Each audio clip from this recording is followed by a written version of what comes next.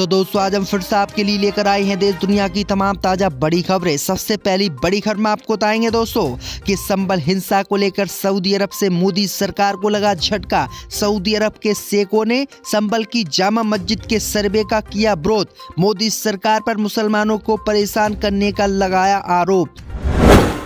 Israel के साथ cease fire deal के बाद सामने आई हिजबुल्लाह की प्रतिक्रिया। फिलिस्तीन के लिए समर्थन जारी रखने की खाई कसम, नेतन्याहू की उड़ी नींद। संभल हिंसा के बाद मुसलमानों से डरी मोदी सरकार, संसद में पास नहीं होगा वक्फ संशोधन बिल, मुसलमानों की हुई बड़ी जीत। संभल हिंसा पर सपा भाजपा में टकरार, मुरादाबाद पुलिस की हिरासत में सपा के 10 नेता।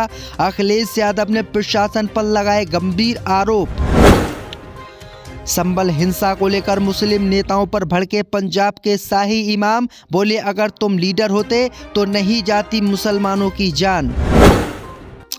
वक्फ संशोधन विधेयक को लेकर महाराष्ट्र की बीजेपी सरकार ने मारी पलटी। हिंदूवादी संगठनों के विरोध के बाद 10 करोड़ रुपए देने के आदेश को किया रद्द। तो दोस्तों सभी खबरों को आपको एक एक कर बताने वाले हैं। वीडियो को लाइक कर चैनल को सब्सक्राइब कर दें। इसी बीच पर तो दोस्तों अगली खबर की ओर, तो संभल हिंसा को लेकर मोदी सरकार को लगा सऊदी अरब से झटका। सऊदी अरब के शेखों ने मोदी सरकार की कार्रवाई का किया विरोध।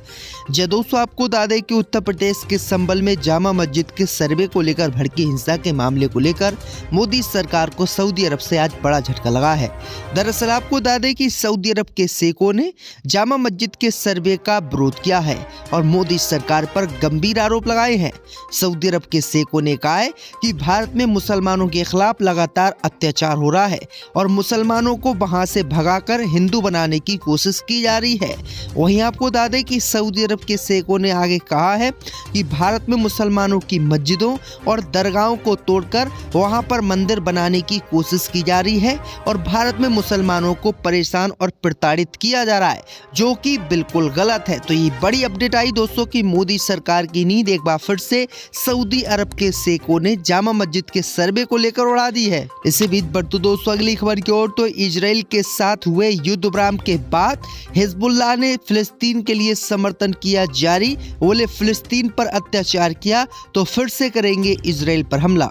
दोस्तों आपको बता दें कि इजराइल ने लेबनान के साथ अमेरिका की मध्यस्थता में हुए सीज फायर समझौतों को मंजूरी दे दी, जिससे गाजा पट्टी में लगभग 14 महीने की लड़ाई खत्म हो गई और इजराइल और हिजबुल्लाह के बीच भी संघर्ष विराम हो गया। अब खबर सामने निकल कर आई दोस्तों कि इजराइल के साथ सीज फायर की डील के बाद हिजबुल्लाह की पहली प्रतिक्रिया सामने आई है। हिजबुल्लाह ने कहा है कि वह फिलिस्तीन के लिए समर्थन हमेशा जारी रखेगा।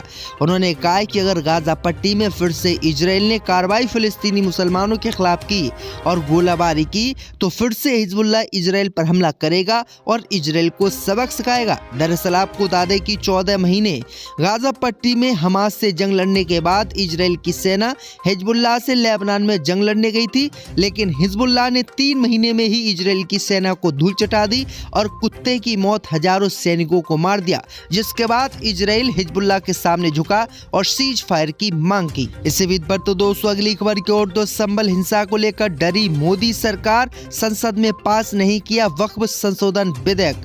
दोस्तों आपको बता दें कि संभल में जामा मस्जिद के सर्वे के बाद मोदी सरकार मुसलमानों से डर गई है।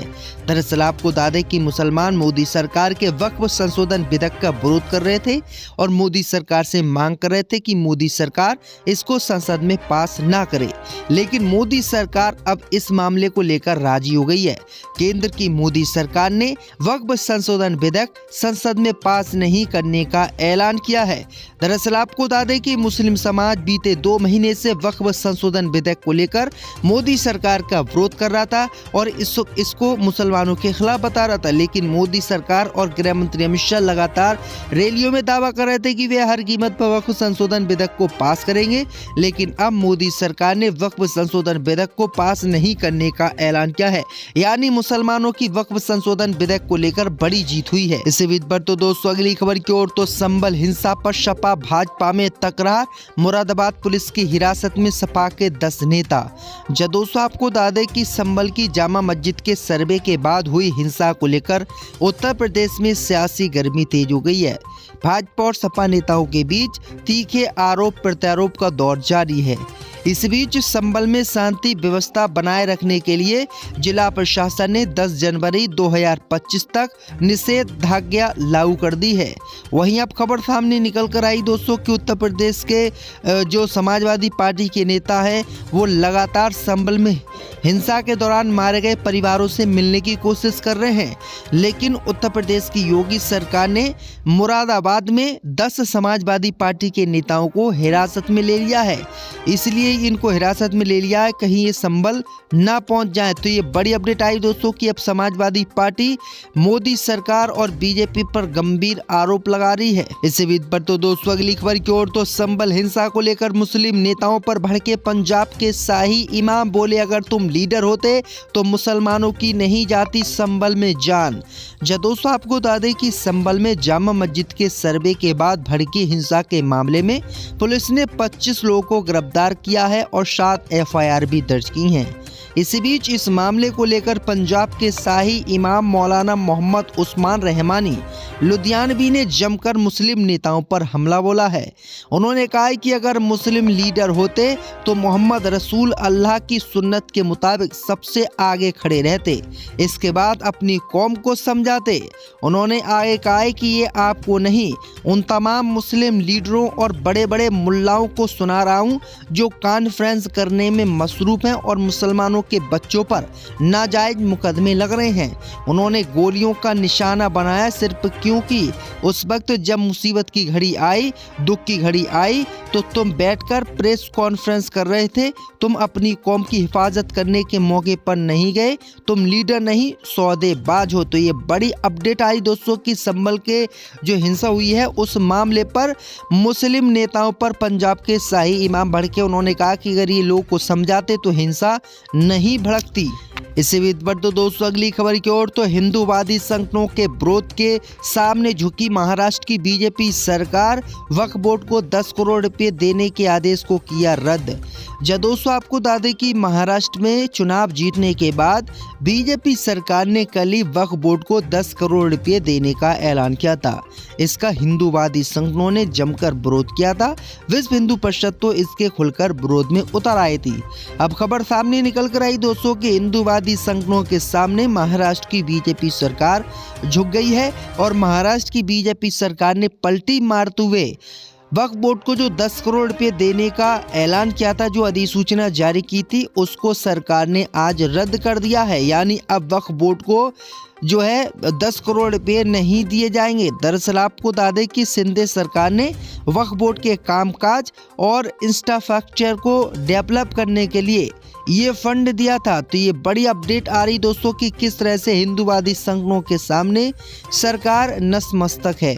इसी बीच पर तो दोस्तों अगली खबर की ओर तो संभल हिंसा को लेकर मोदी सरकार को लगा सऊदी अरब से झटका। सऊदी अरब के शेखों ने मोदी सरकार की कार्रवाई का किया विरोध।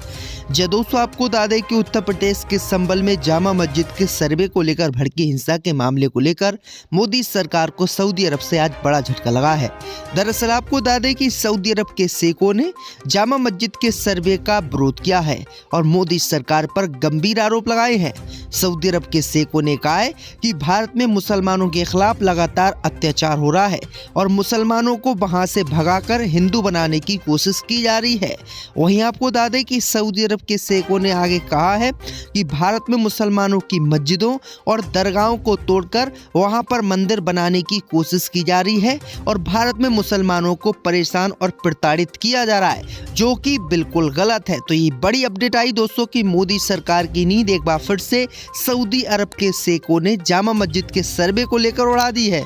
इसी बीच पर तो दोस्तों अगली खबर की ओर, तो हिंदूवादी संगठनों के विरोध के सामने झुकी महाराष्ट्र की बीजेपी सरकार, वक्फ बोर्ड को 10 करोड़ रुपए देने के आदेश को किया रद्द। जब दोस्तों आपको बता दें कि महाराष्ट्र में चुनाव जीतने के बाद बीजेपी सरकार ने कल ही वक्फ बोर्ड को 10 करोड़ रुपए देने का ऐलान किया था। इसका हिंदूवादी संगठनों ने जमकर विरोध किया था। विश्व हिंदू परिषद तो इसके खुलकर विरोध में उतर आई थी। अब खबर सामने निकल कर आई दोस्तों कि हिंदूवादी संगठनों के सामने महाराष्ट्र की बीजेपी सरकार झुक गई है और महाराष्ट्र की बीजेपी सरकार ने पलटी मारते हुए वक्फ बोर्ड को जो 10 करोड़ रुपए देने का ऐलान किया था, जो अधिसूचना जारी की थी, उसको सरकार ने आज रद्द कर दिया है। यानी अब वक्फ बोर्ड को जो है 10 करोड़ रुपए नहीं दिए जाएंगे।